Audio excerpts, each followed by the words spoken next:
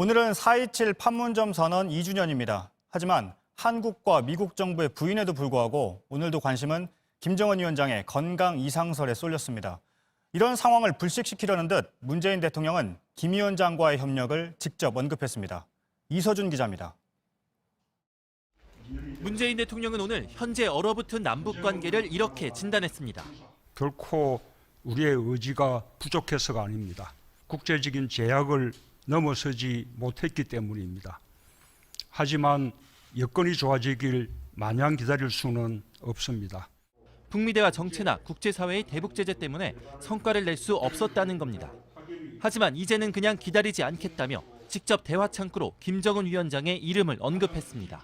나와 김정은 위원장 사이의 신뢰와 평화에 대한 확고한 의지를 바탕으로 평화 경제의 미래를 열어나가겠습니다. 이 같은 발언은 김 위원장의 건강 이상설 한가운데서 나온 것이어서 눈길을 끕니다. 청와대는 그동안 김 위원장 신변 이상설에 대해 여러 차례 부인했습니다. 그럼에도 일부 외신과 국내 보수 진영을 중심으로 이상설은 끊이지 않고 있습니다. 이런 상황에서 대통령이 직접 나서 김 위원장을 호명하며 앞으로의 협력 구상을 밝힌 겁니다. 문 대통령은 또 남북협력의 첫 단추로 코로나19 방역 협력을 제안하면서 김 위원장의 친서 내용도 강조했습니다. 대북 제재가 여전하지만 코로나 방역은 인도적 사안인 만큼 예외가 될 가능성이 크다는 게 청와대 판단입니다. JTBC 이서준입니다. 김 위원장의 건강 이상설과 관련해 북한의 선전 잡지에서 중국의 소셜미디어 계정을 통해 헛소문이라고 부인했습니다. 김 위원장이 모습을 드러내지 않는 이유는 정확히 알려지지 않았지만 코로나19와 관련이 있을 거라는 분석이 힘을 얻고 있습니다. 중국 정부 역시 북한에 코로나19 진단키트를 제공했다고 했습니다. 김선미 기자입니다. 북한 관영 매체는 오늘 김정은 위원장이 원산 갈마지구 건설 근로자들에게 감사를 보냈다며 간단한 동정만 보도했습니다. 건강 이상설이 사그라들지 않는 가운데 김 위원장은 16일째 공개 활동을 하지 않고 있습니다. 김 위원장의 오랜 잠행은 코로나19와 연관이 있을 거란 관측이 많습니다. 북한 관영 매체는 연일 코로나 소식을 집중적으로 전해왔습니다. 북한 노동신문은 지난 1월 22일 첫 보도에 이어 2월 하루 평균 9건, 3월엔 10건씩 기사를 실었습니다. 정부 관계자도 김 위원장이 코로나19를 피해 원산에 체류할 가능성이 크다고 했습니다. 중국 정부 역시 오늘 코로나19 진단키트를 북한에 제공했다고 했습니다.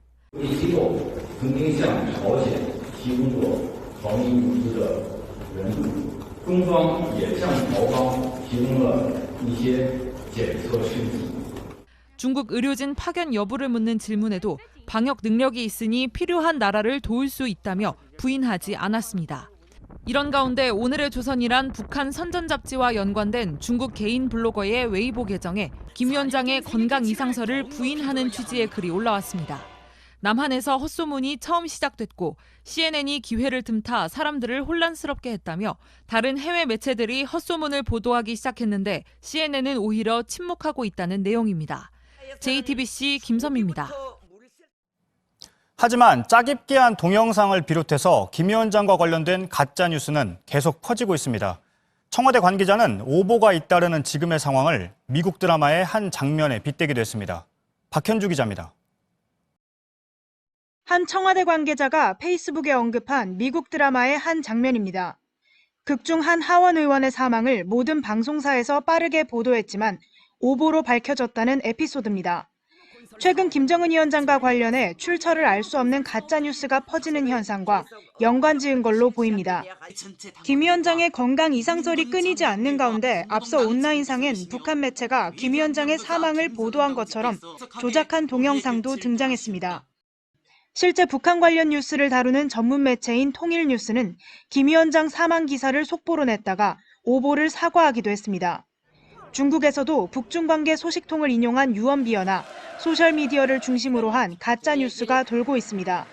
김 위원장은 공개석상의 모습을 드러내지 않고 있지만 이런 가짜뉴스들은 더 혼란을 부추기고 있습니다. JTBC 박현주입니다.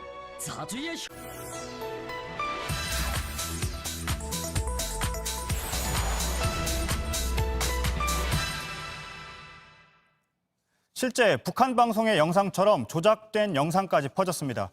팩스체크 이가혁 기자와 하나씩 검증해 보겠습니다. 이 기자, 네.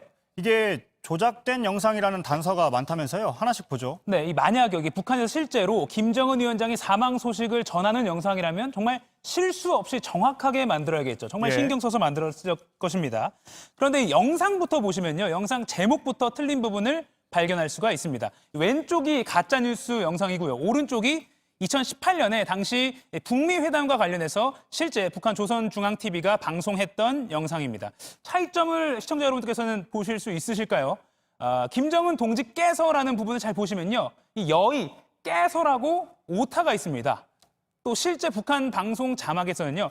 김정은이라는 이름 석자를 다른 글자보다 좀 더 크고 굵게 표시를 합니다. 가짜뉴스 영상에선 이런 원칙이 지켜지지 않았습니다. 또 북한에서는 우리와 달리 핫이였다가 표준어인데 가짜뉴스 영상은 핫이었다로 적었습니다. 이 김정은 위원장 직함도 틀렸습니다. 실제 북한 영상이라면 있을 수 없는 실수입니다. 가짜 영상의 한 대목 보시죠. 조선노동당 정비서이시며 조선민주주의인민공화국 국방위원회 위원장이시며 조선인민군 최고사령관이신 위대한 명도자 김정은 동지께서 네, 지금 음성으로 나오고 있는 이 수채 직함 모두 2011년 사망한 김정일 국방위원장의 직함입니다. 반면 이 아들인 김정은 위원장은 노동당 위원장이고요. 국무위원장이죠. 또 지난해부터 군 관련 직함은 공화국 무력 최고사령관이라고 쓰고 있습니다. 이 밖에도 이 가짜 영상의 후반부를 보면요. 북한 고위층이 줄을 서서 참배하는 모습이 등장합니다. 이렇게 줄을 서서 고개를 90도 이상 숙이고 있죠. 마치 이 김정은 위원장에 대한 추모처럼 착각을 일으킵니다. 보는 사람들 하여금 이거 진짜 사망한 거 아니냐라고 착각을 일으키는데 이 장면은요. 지난해 7월 할아버지인 김일성 주석 25주기 때 금수산 궁전 참배 장면으로 확인이 됐습니다. 네, 엉터리가 정말 많네요. 네. 그런데 이 영상이 지금도 퍼지고 있잖아요. 시작이 어딥니까? 네, 지금도 퍼지고 있습니다. 지난 24일에 인민조선방송이라는 이름의 유튜브 계정에서 처음 올라왔습니다. 이 김 위원장이 25일 사망했다고 주장을 하는데 영상이 24일에 올라왔으니까 이것부터가 앞뒤가 안 맞는 걸 알 수가 있습니다. 지금은 이 계정이 비공개 상태로 바뀌었습니다. 유튜브 측에 이 영상이 게시된 이 채널 운영자의 국적이나 또 현재 비공개로 바뀐 경과 등을 물었는데요. 확인해드리기 어렵다 이런 답변만 받았습니다. 대신에 이 비공개되기 전에 저희가 캡처해놓은 기록을 살펴봤습니다. 영상 아래 따로 글로요 설명이 나와 있었는데 이 영상은 김정은 위원장 사망 이후 북한이 만들 영상을 예상해서 만든 것이다. 내용은 이 아버지인 김정일 위원장의 사망 보도를 베낀 것이다라고 설명이 있었습니다. 다만 이 다른 유튜버들이 이런 설명 없이 이 영상 자체만을 복사해서 퍼가면서 이 가짜뉴스에 대한 오해가 갈수록 커진 것으로 보입니다. 직접 저희가 일일이 다 세보니까요. 25일부터 26일 이 이틀 동안 41개 채널에서 이 영상을 복사해서 퍼뜨렸습니다. 지금도 모두 이 영상을 볼 수 있는 상태입니다. 특히 일부 영상에서는 여기 보시는 것처럼 대외비다, 조선중앙TV가 미발표한 영상이다, 극비 보도자료가 유출됐다라는 자극적인 거짓 제목까지 달렸습니다. 이 소셜미디어를 통해서도 급속히 번졌고요. 저희 팩트체크팀에도 제보가 여러 건 접수가 됐습니다. 이런 사이에 일부 인터넷 언론사는 이렇게 김정은 위원장 사망이라고 단정하는 이 영상만을 근거로 단정한 듯한 보도를 냈다가 철회하는 일까지 있었습니다. 네, 잘 들었습니다. 팩트체크 이가혁 기자였습니다. 정부가 북한의 특이 동향이 없다고 판단하는 데는 근거와 이유가 있습니다. 한국과 미국은 영상과 통신 정보뿐만이 아니라 사람을 통해 얻는 내밀한 정보, 그러니까 이른바 휴민트를 통해 북한 내부의 상황을 들여다보고 있습니다. 김민관 기자입니다. 북한 원산의 한 기차역을 찍은 위성사진입니다. 미국의 북한 전문 매체 38로스는 이 열차가 김정은 위원장 전용 열차로 추정된다고 했습니다. 위성 등의 기술력을 활용한 정보를 얻는 걸 테킨트 방식이라고 부릅니다. 테킨트를 이용한 정보 습득 능력은 미국이 우리나라보다 앞선 것으로 전해집니다. 지난 20일 김정은 위원장의 건강에 문제가 생겼다는 CNN 보도 직후 미군 정찰기 4대가 한반도 상공을 연달아 비행하는 모습이 레이더에 잡혔습니다. 북한군 통신 등을 감청하기 위한 움직임으로 해석됩니다. 다만 이 같은 기술력으론 북한의 내밀한 속사정까지 파악하는 데는 한계가 있습니다. 내밀한 정보는 결국 사람을 통해 최종적으로 확인해야 합니다. 북한 내부 정보원이나 북한을 오가는 소식통 등을 이용해 정보를 얻는 휴민트 방식이 필요한 겁니다. 정부 관계자는 오랜 시간과 인력을 투입한 만큼 북한 관련 휴민트는 한국이 압도적이라고 설명했습니다.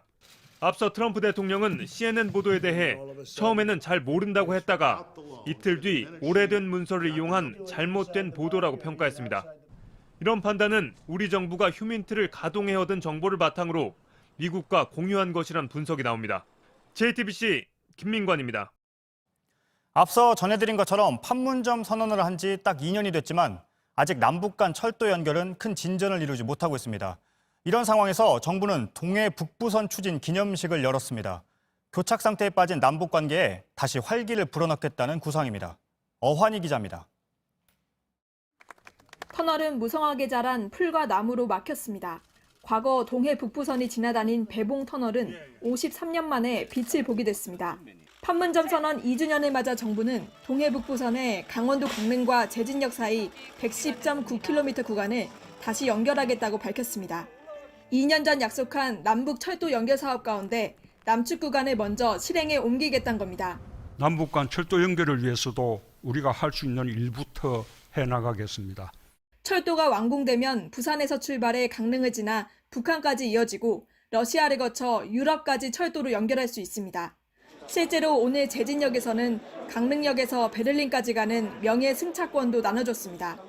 표에 적힌 61만 5,427원은 6.15 남북 공동선언과 4.27 판문점 정상회담을 기념하기 위한 상징적인 금액이라고 철도공사 측은 설명했습니다.